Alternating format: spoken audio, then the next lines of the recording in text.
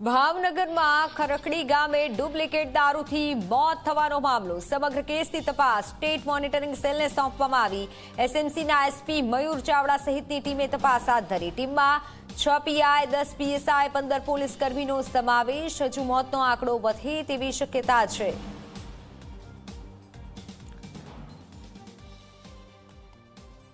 સંવાદદાતા ઉદય રંજન જોડા ચૂક્યા છે વધુ માહિતી સાથે। ઉદય, હાલ કેવી તપાસ ક્યાં સુધી પહોંચી છે? કારણ કે ઉચ્ચ પોલીસ અધિકારીઓ આ તપાસમાં જોડાયા છે। મોતનો આંકડો વધે તેવી પણ શક્યતા છે।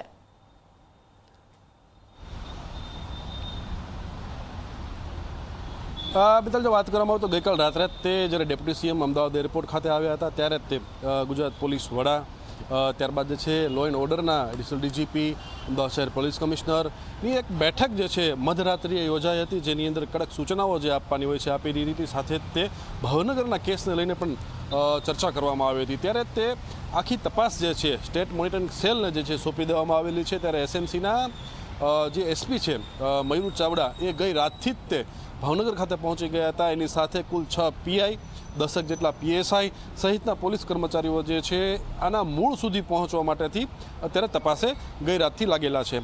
ત્યારે જો વાત કરવામાં આવે તો બુટલેગરો દ્વારા જે છે મધ્યપ્રદેશથી એક કારીગરને બોલાવવામાં આવેલો હતો, જે કારીગર પાસે ડુપ્લિકેટ રોયલ સ્ટેગનો દારૂ જે છે બનાવરાયો હતો, જેમાં 250થી પણ વધારે ડુપ્લિકેટ બોટલો બનાવેલી હતી। કુલ કહી શકાય કે 15 જેટલી પેટી જે છે બનાવી હતી, જેમાંથી 130 બોટલ જે છે એ પોલીસે અત્યારે કબજે કરી લીધી છે। બાકીની બોટલનું જેવું સેવન થઈ ગયું છે એ ક્યાં ક્યાં થયું છે, કયા કયા વિસ્તારમાં થયું છે, કઈ રીતે થયું છે, કોણે ત્યાં સુધી પહોંચાડ્યું છે, તેની અત્યારે તપાસ ચાલી રહી છે। ત્યારે જેટલા પણ ઇજાગ્રસ્ત, જેને પણ અસર થઈ છે એ તમામ લોકોની અત્યારે સારવાર ચાલી રહી છે અને મોતનો આંકડો જે છે આમાં વધી શકે છે, ક્યાંક ને ક્યાંક શક્યતાઓ એવી સેવાઈ રહી છે। કારણ કે ડુપ્લિકેટ દારૂ હતો, એના મિશ્રણમાં ક્યાંક ને ક્યાંક તકલીફ થઈ હતી, જેના કારણે તબિયત લથડી હતી। તો હવે આગળ આના જવાબદારો જે છે એની વાત કરવામાં આવે તો કુલ 3 જેટલા બુટલેગરો જે છે એના નામ અત્યારે સામે આવ્યા છે। જો એની વિગતોની વાત કરવામાં આવે તો ગૌતમ, રહીશ અને મુકેશ, આ 3 વ્યક્તિઓએ ભેગા થઈ અને આ નકલી દારૂ બનાવેલો હતો અને ત્યારબાદ જે છે એને વેચ્યો હતો। હવે આ લોકો કેટલા સમયથી આ વ્યવસાય સાથે જોડાયેલા છે, જે પ્રમાણે માનવામાં આવી રહ્યું છે એ પ્રમાણે પૈસા વધુ કમાવાની લાલચની અંદર જે છે એણે આ ડુપ્લિકેટ દારૂ બનાવ્યો હતો અને વેચ્યો હતો। બિલકુલ ઉદય, પણ આ સાથે જો વાત કરવામાં આવે, આખું ડુપ્લિકેટ દારૂ બની જાય છે છતાં કોઈને જાણ નથી કરવામાં આવી, એટલે અનેક સવાલો તેને લઈને પણ ઉઠી રહ્યા છે। હવે આગળ કેવી તપાસ હાથ ધરવામાં આવશે?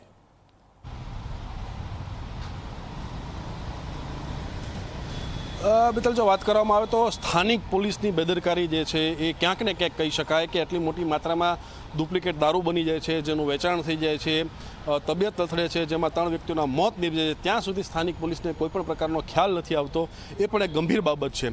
તો હવે આમાં જવાબદાર અધિકારીઓ છે, જે કે પોલીસ કર્મચારી છે, એની સામે પણ ટૂંક સમયની અંદર જેવી તપાસ પૂર્ણ થશે એટલે એની સામે તપાસના આદેશ આપવામાં આવશે। સાથે તે બદલી કે સસ્પેન્શન જે છે એ પણ આવી શકે છે સ્થાનિક પોલીસને લઈને। બિલકુલ ઉદય, આભાર માહિતી બદલ। ત્યારે તપાસનો તો ધમધમાટ શરૂ કરવામાં આવ્યો છે અને એક સવાલ પણ ઉઠી રહ્યા છે। 3 લોકો મોતને ભેટ્યા છે। આ ઘટનાને લઈને ઘેરા પ્રત્યાઘાત પડ્યા છે। ઉચ્ચ અધિકારીઓ પણ તપાસમાં જોડાયા છે। ટીમમાં 6 પીઆઈ, 10 પીએસઆઈ અને 15 પોલીસ કર્મીનો પણ સમાવેશ છે। તો કોના મૃત્યુ થયા છે?